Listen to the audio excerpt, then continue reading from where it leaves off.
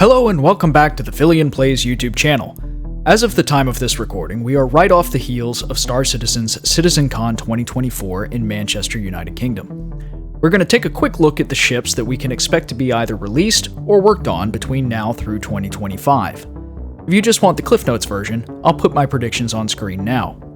Keep in mind that a lot of these predictions are merely my opinion based on available data, and as with all things in Star Citizen's development, are subject to change.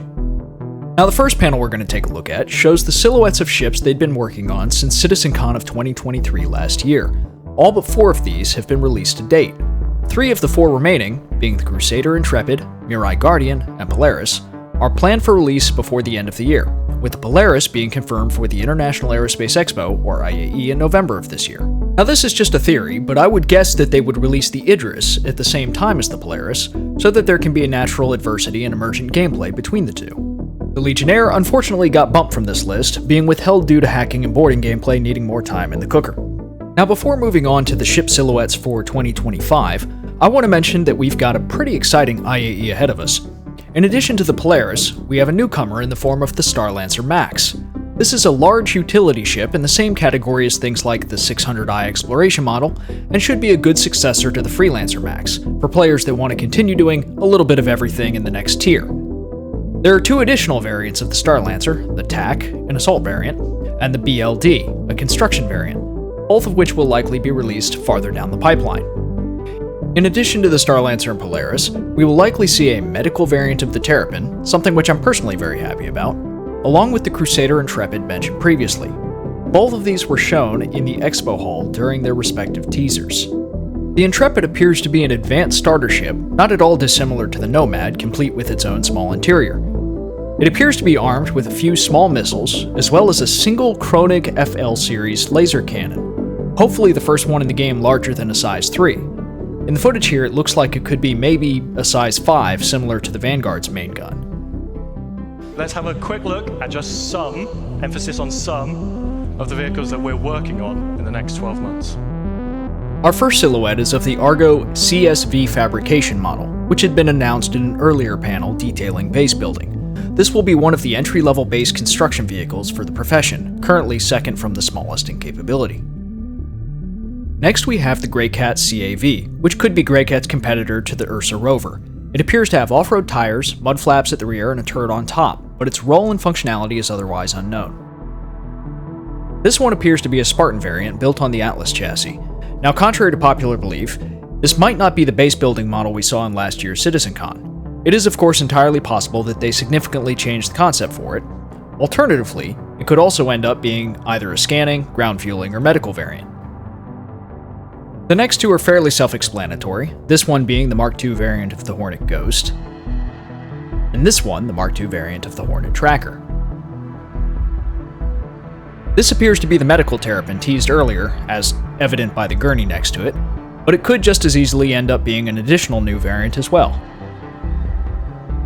Here we have the Mirai Guardian, or possibly a quantum interdiction variant of it. This one is very likely the Misk Fortune, a medium-sized salvage ship. The only thing that gives me pause, though, is the end of that utility arm looks much more like a mining head to me, so it could end up being a mining or even ground excavation ship, somewhere between the Prospector and Mole. Now this one's a head-scratcher which has sparked lots of debate within the community. On first glance, we might think it's the Intrepid, which it could very well be, if the Intrepid's winglets, thrusters, and dorsal fins all fold into the body, which I doubt that they do. I would, however, also draw your attention to what looks like the landing gear on each side, as well as this asymmetric protrusion to the right of the pilot. This could be another Crusader ship similar to an Ares, or, I think, a medium-sized, perhaps even advanced starter anvil ship. Next we have what is clearly a Drake ship styled similarly to the Corsair. Interestingly though, it doesn't appear to be that much smaller in comparison. I wonder if they'll nerf this one into Oblivion too. Getting bastards! Excuse me. Here we have the RSI Apollo and or Apollo Medivac. I'm glad to see this in the lineup and hope they'll find a way for its drones to function well on release. This is the Starlancer build and or TAC models mentioned previously. The RSI Perseus, much to the excitement of everyone. I don't even own one, and I'm overjoyed to see it here.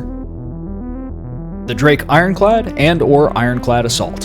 Very keen for this one as well. Lastly, we have the Consolidated Outland Pioneer Extra Large Base Building Ship, which was reconcepted this year to better suit its upcoming gameplay.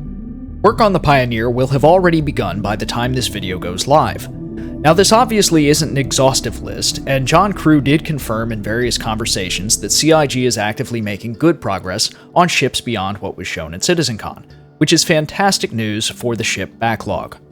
Now, I don't really do game reporting much, but let me know in the comments below if you'd like to see a video from me detailing base building or doing a condensed synopsis of the highlights from Citizencon this year.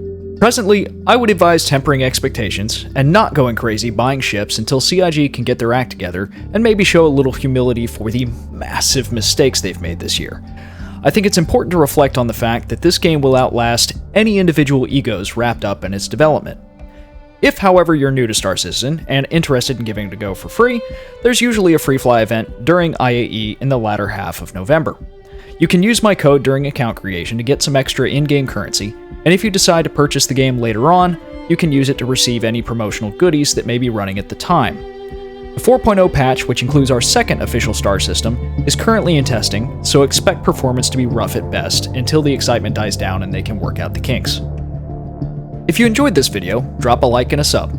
I've still got a giveaway running for a Star Citizen game package, link in the top right corner here.